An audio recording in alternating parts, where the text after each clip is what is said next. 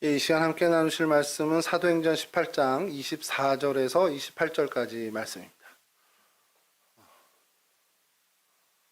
왜 다 뒤에 앉죠? 이렇게 원래? 굉장히 멀다 지금 보니까. 태바울이 굉장히 넓네요.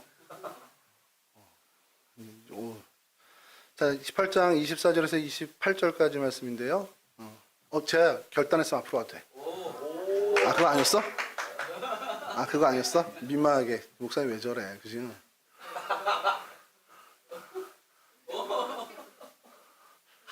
동선이 되게 재밌는데 이렇게 해야 되는. 표준세 번역인가요, 혹시? 아니죠. 네. 여러분 눈으로 따라 보시고요. 제가 표준세 번역으로 좀 읽어드리겠습니다. 그런데 알렉산드리아 태생으로 아볼로라 하는 유대 사람이 에베소에 왔다. 그는 말을 잘하고 성경에 능통한 사람이었다. 그는 이미 주님의 도를 배워서 알고 있었고 예수에 관한 일을 열심히 말하고 정확하게 가르쳤다. 그렇지만 그는 요한의 세례밖에 알지 못하였다.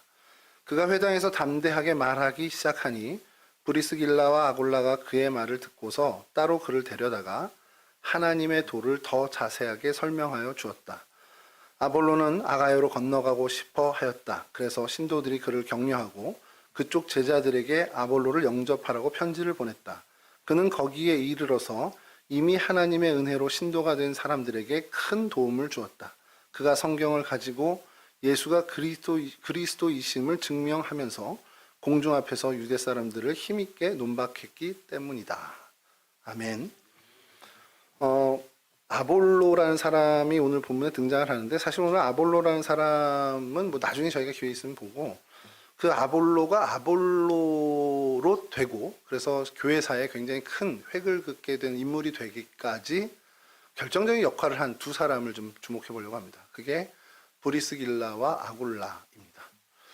우리 지난 교회학교, 성경학교 때 뭐 주제곡 막 부르는데 뭐 브리스길라, 아골라 이렇게 나오더라고요. 그래서 저 어려운 거를 얘네들한테 가르쳐 막 이제 그런 생각을 했어요. 브리스길라와 아골라는 성경 한 7번 내지 8번 정도나 나옵니다. 그 신약 시대에 바울의 사역을 도왔고 아볼로와 연결돼서 나오는데, 브리스길라, 아골라는 부부예요. 누가 남편이게요? 오, 역시 예비 부부가 이런 거 잘 맞춰. 역시 임주한, 성수연 이렇게 표현을 많이 합니까? 성수연, 임주한 표현을 많이 합니까? 안 불러요, 아예? 나준호 사님 어떻게 불러요? 주로 성수연, 임주한. 복음적입니다. 역시 성경, 전도사님이 이 정도 돼야지. 브리스길라가 아내, 아골라가 남편이에요. 이게 여러분 굉장히, 저희가 이렇게 브리스길라, 아골라 하니까 익숙하지만, 이게 유대 사람들 정서에는 엄청나게 힘든 표현입니다. 아내 이름이 원래 앞에 나오는 경우가 없어요. 근데 우리 사회도 그랬잖아요. 우리가 요즘은 여러분들은 모를 거예요. 지금 이 앞에 앉은 미녀 삼총사. 담임 목사님이 아까 1부 예배 들은 미녀 삼총사라고 그러시더라고. 왜 동의를 안 해요? 아멘 해야지 이럴 땐 그럼. 자, 이분들은 몰라. 그런 시대를 살아본 적이 없어. 그러니까 제가 요즘 느끼는 게 뭐냐면요. 이제 제가 어떻게 보면 아버지, 엄마 또래잖아요.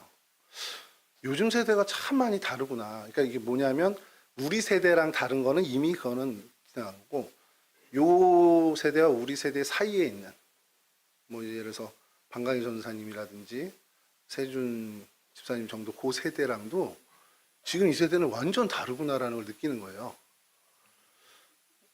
왜 그걸 느끼냐면, 자꾸 아니라고 그러는데, 저는 개발도상국이라는 표현을 썼지만 실질적으로 후진국에서 태어났습니다. 제가 태어나던 대한민국은 그냥 우리가 우리끼리 스스로 우리 위로하는 차원에서 우리 개발도상국이 아닌데, 개발도상국이라는 나라 그런 어떤 단계는 없어요. 실제로 후진국, 중진국, 성진국이지. 근데 중진국도 안 되는 후진국에서 태어났습니다. 제가 태어나서. 그리고 중진국과 선진국을 거치는 걸 다 제 몸 인생에서 다 체험한 거죠. 후진국에 태어나서 선진국의 문물을 경험하고 있는 저희 세대는 당연히 선진국에서 태어난 저 세대랑 다를 수밖에 없습니다. 근데 그거를 저희가 자꾸 간과하는 거예요. 그거를 자꾸 생각을 안 하고 얘네들은 왜 이런 헝그리 정신이 없어? 뭐 이런 생각들을 하는 거죠. 여자 이름이 앞에 나왔는데 그게 우리는 어색해. 지금도. 아내 이름과 남편 이름을 쓸 때 남편 이름을 쓰고 아내 이름을 쓰는 게 그냥 우리의 자연스러운 정서예요. 근데 그게 이런 게 원래 우리 문화였어. 그러면 제안은 이해를 못 하겠지. 이해는 해주겠지. 근데 나는 동의할 수 없는 거지. 그게 왜? 왜 그렇게 해야 돼? 상속을 하는데 우리 아버지 세대는 장난만 받았어. 그럼 법적으로도 다 바뀌었는데 지금도 그 정서 속에 사시는 어르신들이 많아요. 장남한테 많이 줘야지. 이런. 그러니까 그런 틀이 유대인에게도 있었어요. 그러니까 유대인에게도 여성은 사람 수를 쉴 때 안 빼고 셨다니까. 여기 오늘 몇 명 참석했어? 그러면 하나, 둘, 셋, 넷, 다섯, 여섯, 일곱, 여덟 명 온 거야. 여자는 안 쉬는 겁니다. 그러니까 그런 정서가 말도 안 되는 거잖아요. 지금의 우리의 상식과 기초를 보면. 근데 이제 그런 정서에 사는 사람들은 이게 불편한 겁니다. 근데 왜 그럼에도 불구하고 그 시절에 브리스길라가 먼저 쓰여졌냐? 이건 뭐 논란의 여지가 있는데 오늘 핵심은 그건 아닙니다. 그러니까 그만큼 사고의 틀과 시선의 틀이 바뀌어질 때 우리가 이 본문을 그리고 이 사건을 브리스길라와 아굴라의 그 하나님이 사용하신 것들을 우리가 좀 바라보게 되는 거예요. 브리스길라와 아굴라는 천막을 깁는 그러니까 텐트 장사를 하던 사람이에요. 기술자들입니다. 뭐 그런 거 있잖아요. 조한이 형이라는 노래 보면 기술이라도 배워 중국어라도 해라고 가사가 나오는데 우리나라가 이게 자꾸 와닿는 말이라 요즘 우리나라가요 사농공상이라는 그 가치관이 있었습니다. 조선시대에 사농공상 들어보셨어요 혹시? 힘들다. 정말 죄송한데 죄송한데 물 한 컵만 좀 이렇게 부탁 좀 드려도 될까요? 네. 사농공상이 우리나라 직업의 계층이었어요. 조선시대. 사가 뭡니까? 때려 맞춰봐. 사대부인데 그거를 뭐라고 보통 할까? 선비. 선비 사자를 써요. 농은 뭐예요? 농사. 공은? 공무원? 그렇지. 공업이에요. 그래서 아유, 감사합니다. 두 손으로 받겠습니다. 그렇죠. 공업이에요. 제조업입니다. 선비가 최고의 직업이고, 그 다음이 농업이에요. 그거 이제 안 되는 사람들이 대장간 같은 데서 이제 제조업을 하는 거고, 그 상은 뭘까요? 아니야. 상도 직업으로. 직업으로 상인, 그렇죠, 상인. 그러니까 장사치들이 제일 하급인 거예요. 그래서 조선이 망한 겁니다. 전 세계적으로 유통과 상업이 각광을 받던 시절이잖아요. 개화기나 이럴 때가. 거기가 이제 그러니까 예전의 철학에도요, 고대 그리스 철학에도 한 이제 국가들 있잖아요. 초기 국가들이 이 국가의 국력을 뭘로 측정하냐면 군사력 이런 거 다 안 하고 금의 소유. 야, 얘네가 금을 얼만큼 갖고 있어? 이게 그 나라의 부의 척도였어요. 기준이었어요. 근데 철학자들이 거기서 개념을 이제 바꾸게 되는 게 금의 소유의 양이 중요한 게 아니다. 금의 유통 속도가 중요하다. 유통 속도가 빠른 게 국력이다라는 거예요. 고대 철학에서도 그 얘기를 했는데 조선은 그때까지도 선비, 글을 읽는 게 이거고 장돌뱅이들은 하급 이렇게 가치관을 시대 정신으로 해놓으니까 이게 국가가 이제 부강하게 가기가 어려웠던 시절. 그래서 망했다는 얘기가 있습니다. 여하튼 이들은 제조업을 했던 사람이에요. 유대도 근데 마찬가지로 그렇게 크지 않습니다. 율법이나 바리새인 이런 사람들이 각광을 받고 사실 이제 뭐 장사치나 아니면 이제 제조업에 하는 사람들은 좀 하대받던 시절이에요. 그래도 실질적으로 그리스 그 소아시아 시적에서 이 제조업과 유통을 한 사람들이 돈은 제대로 많이 만졌습니다. 브리스길라와 아굴라도 그래서 로마에서 좀 성공했던 사람들이었어요. 자, 그런데 갑자기 로마 황제가 칙령을 발표합니다. 로마에 있는 모든 유대인들은 떠나라. 이게 뭘 밑보였는지 떠나라. 다 놔두고 떠나는 거예요. 그러니까 일본이 패망을 하고 중국에 있었던 일본인들이 있었을 거 아니에요. 이제 중국까지도 일본이 이렇게 좀 뭐 점령한 건 아니어도 이렇게 들어가 있어서 많은 위세를 떨치고 있었을 때 일본이 패망하면서 중국에서 첫 번째 포고령이 나는 게 모든 일본인들은 자금을 동결하고 철수해라 했어요. 그러니까 일본 사람들이 거기에 뭐 집을 사고 뭘 했던 그 모든 걸 다 스탑시키고 일본 본토로 돌아가야 되는 그게 1호 포고령이었거든요. 그것과 유사하게 로마에 있는 유대인 다 떠나야 돼. 당장 다 떠나. 로마만 아니면 돼. 어디든 다 나가. 이 포고령이 나왔습니다. 생각해 보세요. 내가 건실하게 일해서 어떤 자영업으로 치죠. 어떤 점포를 잘 일으켜서 이제 제법 살만하고 나름 이거 나중에 팔면 권리금 좀 받겠는데 하는 그런 정도의 수입을 올리는 그런 매장을 하나 제가 만들었단 말이에요. 근데 어느 날 갑자기 정부에서 다 놓고 뭐 일주일 안에 다 떠나야 돼. 재산을 처분할 수가 없는 거죠. 정말 빈털터리로 떠나야 되는 그런 상황이 성경에서 등장한 겁니다. 브리스길라와 아굴라가 그러한 상에 내몰린 거예요. 그래서 그들이 떠나게 됩니다. 근데 왜 성경에서 이런 상황에 있는 이 사람들을 이 브리스길라 아굴라를 좀 주목했느냐? 이들이 떠날 때 이 정도 되면은 모든 걸 다 포기할 만하잖아요. 아, 이제 우리 끝났다. 더 이제 회복 없다. 이렇게 돼야 하는데 그 상황에서도 희망을 잃지 않고 옮기면서 다시 재건을 하는데 노력을 합니다. 이제 이 성경을 계속 우리 사도행전을 읽고 서신서를 읽으면 이들에 대한 이야기가 나오는데 계속 이렇게 나와요. 계속 그럼에도 불구하고 신앙과 충성과 봉사에 있어서 굉장히 앞서 나간 정말 하나님 앞에 계속해서 충성을 한결같이 해낸 이 부부의 모습이 계속 등장합니다. 자, 이들이 그 추방 명령에 따라서 나오게 됐고 그래서 이제 고린도에 머물게 됐는데 그때 고린도에 갔을 때 때마침 그곳에 고린도에 오게 된 바울을 만나게 돼요. 바울도 좀 그 상황이 좀 적어된 거예요. 그러니까 원래 그 신라와 이 사람들을 만나기로 했었는데 그 일이 지체되면서 그냥 아덴에 더 머물 수가 없는 상황이 됐고 그래서 고린도로 어쩔 수 없이 옮기게 된 겁니다. 그러니까 그때는 이해 못했겠죠. 왜 이런 복음을 내가 감당하고 이 선교의 사역들이 정말 스텝 바이 스텝으로 잘 가야 되는데 이게 왜 어그러지지? 그러면서 어쩔 수 없이 고린도로 물러나게 됐는데 그 자리에서 브리스길라와 아굴라를 만나게 돼요. 그러니까 제가 이렇게 보면서 성경을 보면서 바울이 계획했던 그 선교의 사역이 정말 그의 계획과 여러 협력들이 정말 우리가 하나님 은혜예요. 하나님이 적재적소 너무 잘 도와주셨어요. 그 은혜가 임했으면 고린도까지 갈 일이 없어요. 그럼 아덴에서 뭔가 굉장한 그 복음 사역을 했겠죠. 근데 그게 다 하나씩 어그러지는 거야. 조금씩. 그럼 드는 생각이 뭐예요? 하나님이 막으시나? 뭐 이런 생각이 들 거 아니에요. 그래서 막 낙심하게 되고 그러면서 물러나게 되는데 물러나게 된 그 자리에 권리금 다 뺏기고 패망한 브리스길라 아굴라가 또 거기로 흘러 들어왔단 말이에요. 그 사람들도 생각하겠죠. 우리가 하나님한테 이렇게 헌신했는데 왜 우리 앞길이 이렇게 가로막히고 험난해지지? 그러면서 낙심하고 낙담해서 이 고린도로 흘러 들어올 수 있었을 겁니다.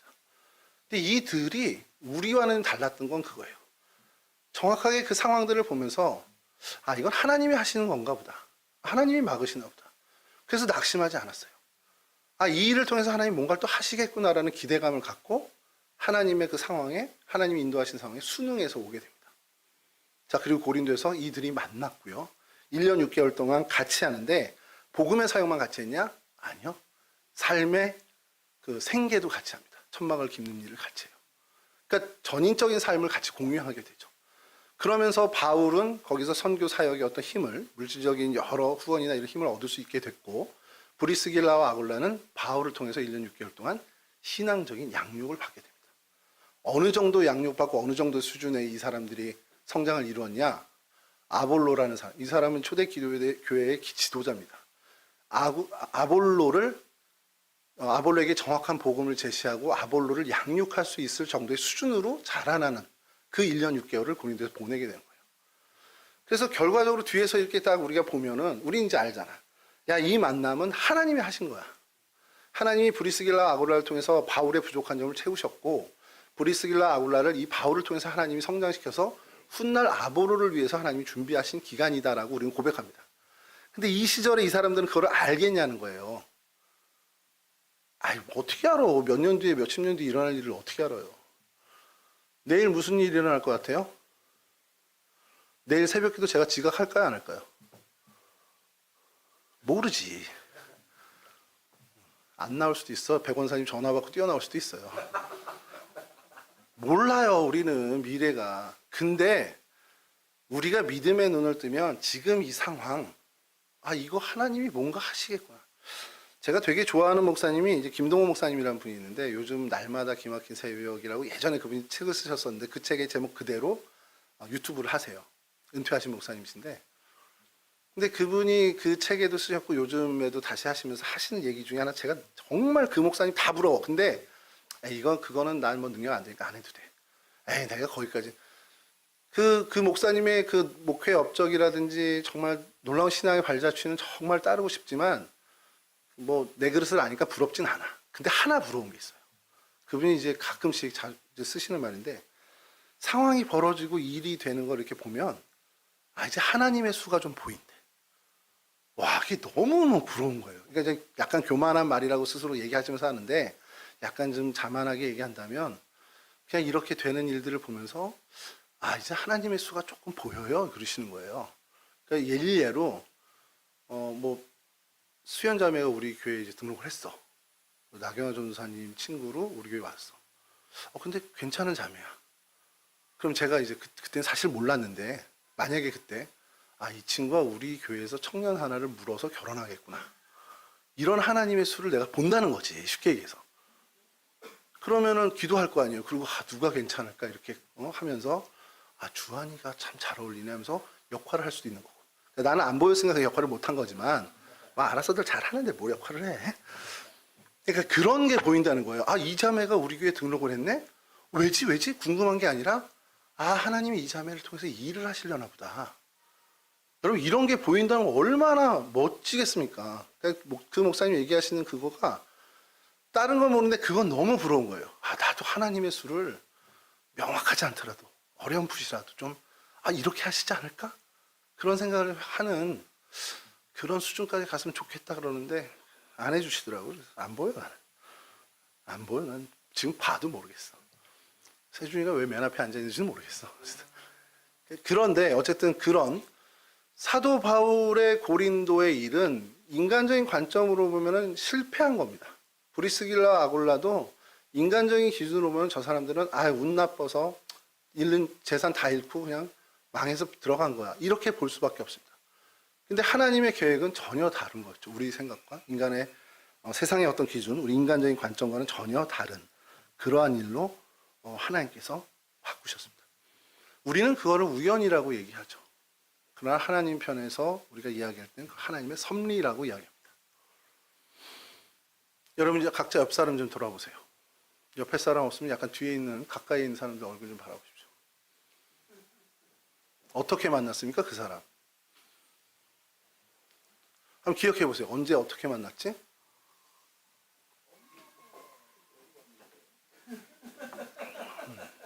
엄마가 데리고 가서 만난 경우도 있고. 재한은 예림이를 언제 만났어? 눈떠보니 있었던 거지. 자, 내 의지대로 이 사람을 내 친구다, 내 신앙의 동료다라고 선택해서 만나신 분 있어요? 난 저 친구를 내 신앙의 파트너로 좀 삼고 싶어. 그래서 만난 사람. 있나요? 방강희 전사님은 동성교회를 어떻게 만나셨죠? 나경원 선생님 소개시켜 주셨어. 계획했나요? 계획했나요? 동성교회를 만나기를 이전부터 계획해서 치밀한 계획하에 오게 된 건가요? 그래서 윤여담 전사 밀어내고 이렇게? 그거 아니죠? 윤여담 전사님이 졸업하게 되고 이제 수련목을 가게 되는 그 텀과 우리 방강희 전사님이 사역을 하게 되는 시점이 우연 정말 잘 마주쳐서 잘 모시게 됐죠. 거기서 만약에 방강희 전사님이 나는 사역 안 할래요. 1년만 뒤에 할래요. 라는 생각을 했다면 못 오셨을 거고 윤여담 전사님이 수련목 저 1년만 더 하고 나갈래요. 파트타임 하고 나갈래요. 해도 이 일은 이루어지지 않았을 겁니다. 그래서 이걸 우리는 우연이네 라고 할 수도 있지만 이게 우연이 아닌 걸 우리는 고백하잖아요. 나경원 전사님은 김준영 전사님 소개로 오신 거죠. 여기. 코로나 기간에 오셔서 사역을 하시면서 만약에 재미없어 여기는 사람도 못 모이고 요즘 코로나라 집합 명령은 금지인데 그래서 난 좀 더 다른 일 해볼래라고 나갔다면 코로나 해지되는 솔직히 태바올 건축도 못 보고 나갈 수도 있겠었겠죠. 아니, 그런 마음을 가졌다는 게 아니라 늘 하고 있지 그런 마음을. 언제 도망칠까 모르겠네. 어쨌든 그런 마음들을 품게 되면 사실 거기서 중단되는데 그런 걸 품지 않게 된 것도 어떻게 보면은 이건 참 운이 좋았네, 나한테 행운이었네라고 할 수 있는 거지만 우리가 그거를 다른 관점, 하나님의 관점에서 보면 그 모든 것이 하나님의 섭리하에 이루어졌다고 우리는 고백을 하는 겁니다. 호은이가 예레미야를 만난 게 우연입니까? 하나님의 섭리입니까? 고백을 어떻게 해요? 악연이야 뭐 이렇게? 그건 아니잖아. 예쁜 동생 예레미야를 만난 게 나에겐 하나님의 섭리? 아니면 우연? 하나님의 섭리. 예, 감사합니다. 자, 그 시선을 갖는 게 굉장히 중요합니다. 자, 우리 주변에 있는 여러분 가까이 있는 이들과의 만남은 하나님이 여러분들에게 허락하신 하나님의 은혜입니다. 자, 그럼 어떻게 돼야 되죠? 어떻게 해야 되는 게 잘 돼야 된대. 너무 무성의한 거 아니에요? 영혼 없는 대답인데. 하나님이 주신 은혜예요. 그러면 이건 내게 소중한 겁니까? 아니면은 별 갖자는 겁니까? 하나님이 주신 은혜잖아요.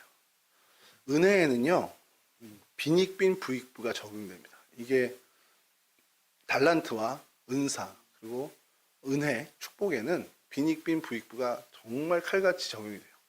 내가 이걸 은혜로 알고 은혜로 여기서 소중히 여기면 하나님은 그 은혜를 더 큰 은혜로 주십니다. 근데 은혜가 은혜인 줄 모르고 뭐 그냥 있나 보다 하면 그건 그냥 하나님이 이제 다시금 걷어가시는, 그게 사실 우리 인생에, 우리 신앙에 분명하게 있어요. 제가 결혼 준비학교나 데이트 스쿨을 이제 전에 배관교에서 굉장히 거의 뭐 2년 내내 한 주도 안 쉬고 했었어요. 그리고 거기서 세 커플이 실제로 결혼을 했는데 제가 늘 하는 얘기가 있습니다. 배우자에 대해서, 내 사랑하는 사람에 대해서 이야기할 때 소중히 여기지 않으면 너 소중히 안 여기네? 그리고 하나님이 걷어가십니다. 그게 뭐 이혼시킨다라는 게 아니라 그 마음을 걷어가시는 거예요. 소중히 여기는 마음. 그래서 주한 형제도 수연 자매를 정말 소중히 여기는 마음이 계속 있으면 계속 커지는 겁니다. 하나님이 계속 더 주셔요. 소중하게 여기는 마음을. 근데 그 마음을 내가 나 이제 그만할래 하면 그 마음을 계속 깎아내서 나중에 흔적도 없게 하시는 거죠. 그래서 가장 몸이 건조한 관계로 갈 수도 있다는 겁니다. 근데 뭐 지혜로운 형제 자매니까 잘할 거예요.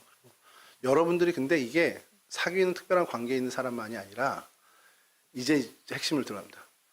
여러분들에게 허락하신 뭔지 모르지만 그 은혜를 발견하시기 바래요. 그 은혜를 소중히 여기셔야 됩니다. 브리스길라와 아굴라의 탁월함은 자신들에게 허락된 이 모든 인생들의 여정 하나하나가 하나님이 주신 은혜라고. 그래서 돈을 잃고 재산을 잃는 것조차도 하나님이 더 큰 은혜를 주시기 위함 전초라는 것을 알고 믿었던 사람입니다. 그 믿음이 있었던 겁니다.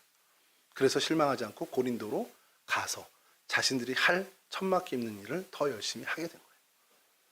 자, 여러분 여기서 이제 핵심을 얘기하고 싶은 게, 자, 바로 옆 사람들 봤었죠? 테바오를 좀 이렇게 둘러보시기 바랍니다. 누가 주신 거예요? 에? 리움건설에 준 거 아니야? 이 예배당은 하나님이 우리 동성교회 교회학교, 유치부는 아니구나. 미안합니다. 유치부. 유초등부, 중고등부, 청년부를 위해서 하나님이 주셨습니다. 한 번만 좀 여러분 되돌아봐요. 비전룸에서 예배 드렸던 시절을. 비전룸에서 다 예배 드렸었죠? 소예배실에서 유초등부 예배 드렸던, 그 전에는 식당에서 유초등부 예배 드렸던 그 시절을 한번 생각해 보세요. 여기는 지금 안 계시지만 예전 청년들도 비전룸에서 했습니다. 일렉이 어디 있고 드럼이 어디 있어. 그냥 기타 하나 메고서 찬양인도 하고 했죠. 그 시절을 보면서 그 시절이 나쁘다는 얘기를 하는 게 아니라 그 시절과 지금 우리 예배의 환경적인 걸 보면 하나님이 주신 거에 대해 저희는 감사할 수밖에 없습니다. 내가 이렇게 멀리 보는 설교를 할 줄 누가 알았겠어요. 청년부 설교 때. 다 여기 앞에 여기 있네. 자, 그러면 이 예배당을 생각해 보고 이제 여러분 동성교회를 한번 생각해 보세요. 청년부 공동체도 생각해 보시고 이 동성교회 예배당 말고 이 신앙 공동체를 한번 생각해 보시죠. 우연히 여러분들 눈 떠보니 내가 동성교회 교인이었던 사람들도 있을 거예요. 그렇죠? 그리고 뭐 초등학교 어린 시절에 뭐에 이끌려서 사탕에 현혹돼서 와서 동성교회 일원이 된 사람들도 있을 거고 3년여의 시간 간보다가 3년여의 시간 잘 간보다가 등록한 그런 지체도 있을 겁니다. 이사 왔더니 교회가 근처에 있어서 우연하게 발걸음이 닿고 그래서 동성교회에 안착하는 경우도 있을 거예요. 어떠한 모양으로 어떻게든 이곳에 여러분들은 오게 됐습니다. 뭐 김준영 전사님의 그 추천으로 나경원 선생님이 온 그런 케이스도 있고 나경원 전사님의 치밀한 계획하에 방광 전사님이 여기 오게 된 그런 경우도 있겠죠. 그러니까 어떠한 경우든 간에 여러분들이 동성교회의 첫 만남을 좀 생각해 보세요. 제가 한 얘기를 좀 드리겠습니다. 어떤 교육전사님이 있었어요. 나경원 선생님처럼 이제 신학 공부를 하고 이제 교육전사를 하게 된 분이 교회에서 사역을 하는데 갑자기 담임 목사님이 바뀌게 됐습니다. 그래서 담임 목사님이 바뀌면서 거기 부목사님, 또 교육전사님, 신방전사님, 사무관사님, 관리집사님까지 모두 다 사임을 시키게 됐어요. 그런 경우가 가끔 있어요. 그래서 전체 직원과 교육자들이 이제 사임을 하게 됐습니다. 그래서 이 여자 교육전사님이 어느 날 갑자기 사역지가 없어지게 된 거예요. 첫 주에 부임해서 요번 달 말에 다 사임했으면 좋겠다 해서 그 마지막 주에 다 사임을 하게 되는데 그러니 이제 사역지를 찾기 위해서 여기저기 이력서를 넣어야 되겠죠. 그래서 게시판을 보게 되고 그래서 사역지를 물색하게 되었고 이력서를 한 교회에 넣게 됐어요. 그리고 그곳에서 새롭게 사역하게 되었습니다. 교회가 너무 좋았죠. 그리고 성도들과 그 교회 학교의 모든 일들이 이전 교회 이상으로 정말 좋고 행복해서 사역을 열심히 잘하고 있었습니다. 근데 남편도 전도사라 그 남편이 이제 대학원을 졸업하면서 단독 목회를 나가야 되는 감리교 제도가 그렇죠. 단독 목회를 나가야 하는 과정에서 이제 이렇게 저렇게 계획하고 고민하고 기도하고 있는 중이었는데 근데 단독 자리가 나서 단독을 좀 나가야겠다 해서 그러니까 아내 여자 전사님이 사역하는 교회 담임 목사님께 가서 이만저만해서 같이 단독 목회를 나가야 된다라는 상황을 이제 사정을 이야기하죠. 그래서 사임을 해야 되는 상황이다. 근데 이제 무슨 그 일이 벌어졌는지 모르지만 그 담임 목사님께서 이제 고민하시다가 당시 이제 새롭게 생겨난 수련목 제도라는 게 있었습니다. 그때가 이제 2회차 정도였는데 수련목으로 한번 그럼 사역해보면 어떻겠냐? 그 아내가 섬기고 있는 그 교회에서. 그래서 이제 그거를 그 제안을 받고 여러 이제 조언을 얻고 선배들의 이야기를 들으면서 그래 그 교회 그 목사님 밑에서라면 수련목 할만하다. 정말 많이 배울 거다라는 많은 이제 조언들을 얻게 돼서 이 남편 전사가 수련목을 하게 됐어요. 이제 당연히 이제 아내 전도사님은 자연스럽게 사임을 하고 남편 전사님이 수련목 전도사를 하게 됐죠. 그리고 3년 정도 수련목 사역을 잘 하고 이제 안수를 받고 그 교회를 떠나게 됐습니다. 그리고 꽤 오랜 시간이 흐른 다음에 이 전도사님이 이제 목사님 된 후에 그때 수련목 시절에 받았던 사랑과 은혜가 너무 커서 언제고 다시 부르면 뒤도 안 돌아보고 아무 조건 안 생각 안 하고 은혜 갚으러 가야겠다라는 생각을 하던 차에 부름을 받게 됐어요. 그리고 아무 조건 없이 부임을 하게 됐습니다. 누구 얘기죠? 제 얘기입니다. 제 얘기. 저에게 동성교회는 그냥 본가, 친정 같은 느낌일 수밖에 없는 게 제가 생각을 해보는 거예요. 저희 집사람이 교육전사 사역하던 그 교회에서 갑자기 담임 목사님이 바뀌지 않았다면 저는 뭐 동성교회 만날 일이 없을 겁니다. 뭐 담임 목사님이 바뀌었어도 전 직원과 교육자들이 사임을 하게끔 하는 게 없었다면 그래서 저희 집사람이 동성교회를 오게 된 게 그런 일이 없었다면 저도 동성교회를 접할 일이 없었겠죠. 그리고 대학원 졸업하면서 당연히 그때 시절에 하던 모든 사람들의 루틴대로 단독 목회를 나갔다면 저도 여기서 수련목 할 일이 없었을 겁니다. 근데 정말 생소했던 수련목회 제도자에 대해서 정말 알지도 못하는데 도전하게 됐고 그래서 동성교회 수련목을 하게 됐고 물론 이제 그 전에 담임 목사님이랑 장로님들이 불러주시지 않았다면 그 또한 없었겠죠. 제가 수련목으로 오게 될 때 이력서를 준비해야 되는데 이력서를 준비하고 왔더니 됐어 이미 결정했어 그러시는 거예요. 이력서를 안 넣었는데 장로님들과 모여서 그때 남두희 장로님이 교회학교 조회장님이었는데 수련목으로 좀 한번 이근식 목사님 후임으로 부목사를 구하기 어려우니 수련목을 한번 좀 해보시죠라고 제안했는데 누가 있나요? 그랬더니 여기 좀 생각하는 사람이 있는데 누굽니까? 그래서 한송희 전도사 남편입니다. 그랬더니 그럼 하시죠. 그냥 그렇게 된 거예요. 와이프 백으로 왔습니다. 와이프 백. 이거 또 나중에 또 문제돼가지고 이렇게 될까 걱정인데. 자, 그렇게 이력서를 내질 않았어요. 그래서 저희 교회 인사파일철에 제 이력서가 없어요. 그래서 이제 용두동교회에서 이제 3년 전에 용두동교회에서 교구 목사로 선임 목사로 일하고 있는데 박세훈 목사님이 이제 사임하고 서산을 가시면서 상당히 공백이 길어졌습니다. 이제 그때 수련목을 둬야 되는지 새로운 부목사를 둬야 되는지 정찬성 목사님한테도 이제 계속 여러 트라이를 했는데 이해가 안 되는 게 그 사람을 왜 안 온다고 그럴까 이런 생각이 든 거예요. 이거 부르면 바로 와야지. 동성께서 부르는데 안 와. 근데 안 왔어요. 그래서 저한테까지 기회가 온 겁니다. 근데 그때 제가 늘 이제 목사님한테 자주 찾아뵈면서 하는 얘기가 박세현 목사님 후임으로는 제가 와야죠. 맨날 그 얘기를 했거든요. 그래서 그때 좀 잘 이게 지지분이 되는 것 같아서 목사님한테 말씀드리고 목사님 제가 오면 안 돼요? 이제 그랬더니 농담하지 마 그러시는 거예요. 처음에 용두동교회 부목사가 왜 와? 그래서 전 불러주시면 와요. 그래서 사례가 많이 차이나 그랬더니 제가 그만큼 일 안 하면 돼요. 그렇게 얘기.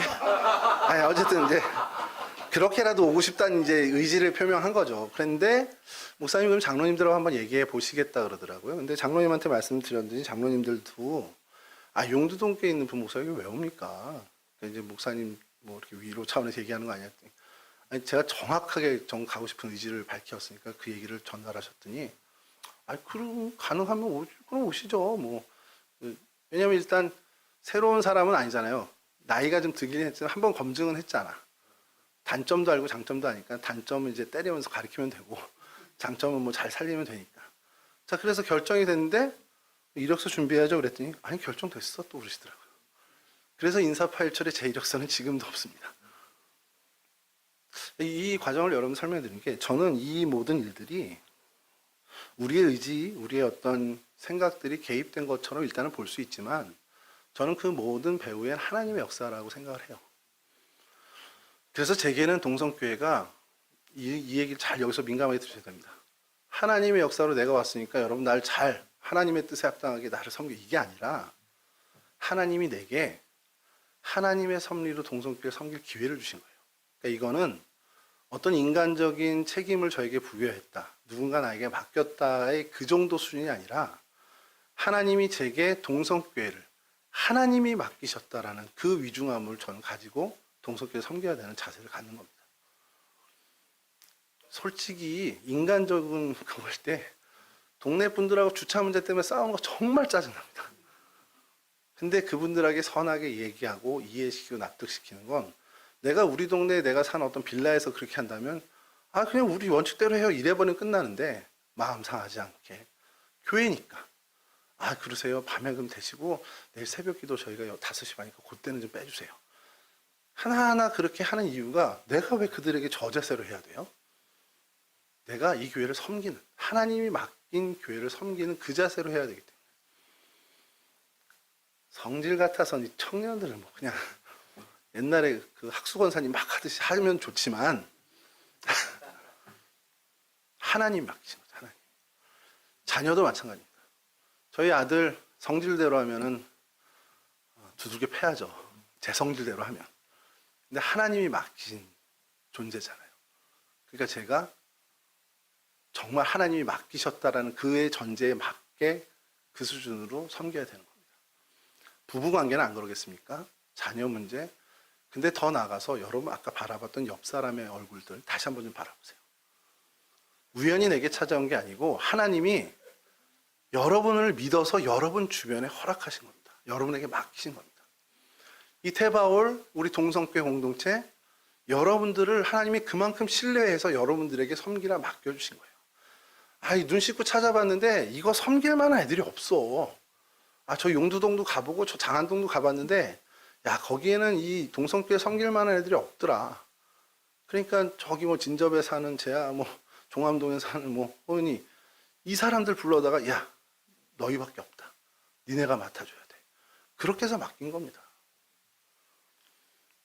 난 왜 여기서 태어나서, 우리 아빠는 왜 여기를 다녀서 저 큰 교회 다녀도 되는데, 뭐 이런 생각하는 거 있으면 얼른 버리시고, 하나님이 여러분을 믿고 여러분에게 맡겨주신 교회 공동체, 하나님이 다른 사람 신뢰 못하고 여러분들 신뢰해서 여러분들에게 바로 옆 사람, 그 지체를 맡겨주신 겁니다. 가정으로 돌아가 볼까요?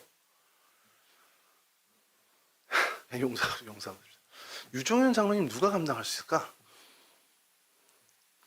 호은이가 감당할 수 있으니까 딸로 하나님 맡기신 겁니다. 누구도 안 돼. 세준이 못 감당해. 방광이 절대, 방광 전사님 감당 못합니다. 이렇게 두 분 대화를 듣고 있으면 먹이사슬 관계야. 유종현 장로님이 거의 뭐 상위 포식자야. 오늘도 딱 그러시더라고. 모르는 거 있으면 물어봐. 유종현 장로님을 아빠로 책임감 있게 섬길 수 있는 유일한 사람, 호연이이기에 주님이 맡기신 겁니다. 가야원도 만만치 않을 거예요. 가우진이라는 사람을 감당하기는. 여러분들에게 여러분들의 어머니 아버지를 하나님 주신 이유는 여러분들을 신뢰해서입니다. 하나님 너무 감격 아니에요? 하나님 나를 믿어줘. 하나님이 나를 믿어줘. 전재현 전도사 동생은 제아밖에 못해. 여러분들의 위치와 여러분들의 그 자리는 하나님이 여러분들을 정말 신뢰해서 그 주변의 모든 이들, 공동체, 모든 환경과 상황들 하나님을 믿고 너라면 할 수 있겠구나 해서 맡겨준 겁니다. 그 믿음으로 브리스길라와 아굴라는 상황에 순종을 했고요. 낙심하지 않았습니다. 그 상황 속에서 어떠한 일이 벌어져도 주님께서 뭔가 하나님의 계획을 이루실 거라는 믿음을 갖고 그 자리에서 사도 바울을 만나게 되고, 사도 바울을 통해서 신앙의 성숙을 이루고 훗날 아볼로에게 선한 영향력을 끼친 하나님의 도구들이 됐습니다. 여러분, 하나님을 향해 이 믿음을 좀 가졌으면 좋겠어요. 하나님이 우리 공동체 안에서, 우리 청년부 공동체 안에서 여러분 각자의 위치 하나님이 믿고 그 자리를 누구도 대신할 수 없어서 하나님이 여러분들에게 맡겨주셨습니다. 하나님이 맡겨주신 이 일에, 이 공동체의 이 지체들에게 무한 책임을 갖고 하나님의 기대에 엇나가지 않도록, 아니 하나님 기대의 그 이상으로 하나님께 기대에 부응하는 그러한 신앙의 여정을 저희들이 살아야 한다라는 사실이죠. 올 한 해 저희가 이 마음으로 우리가 하나님 앞에 예배자로 불러주셨다. 니네 아니면 안 돼. 나를 예배하는 데는 너희들밖에 없어. 이 동성교회 청년반에서 예배하는 지체로는 내가 이 일은 너희들밖에 못 맡겨. 그 하나님 맡겨주신 예배에 대한 그 책임, 우리가 이 한 해 정말 치열하게 한번 그 일을 다뤄봤으면 좋겠고, 그렇게 하나님을 예배해 봤으면 좋겠습니다. 예배 안에 어제 얘기했죠. 우리는 사라집시다. 예배를 통해 하나님만 드러납시다. 오늘 여러분들 주변을 바라보고 교회 공동체 또 예배당 모든 걸 바라보면서 하나님이 나를 이렇게나 믿고 이걸 맡겨주셨구나. 하나님, 내가 내 생명 다해 최선을 다해서 하나님 맡겨주신 일 잘 맡아서 섬겨보겠습니다. 결단하는 우리 청년들 모두가 되시기를 주님의 이름으로 간절히 축원합니다. 우리 찬양 하나 하죠. 나 주님의 기쁨 되기 원하네. 찬양하시고 주님 가르치시는 마치도록 하겠습니다.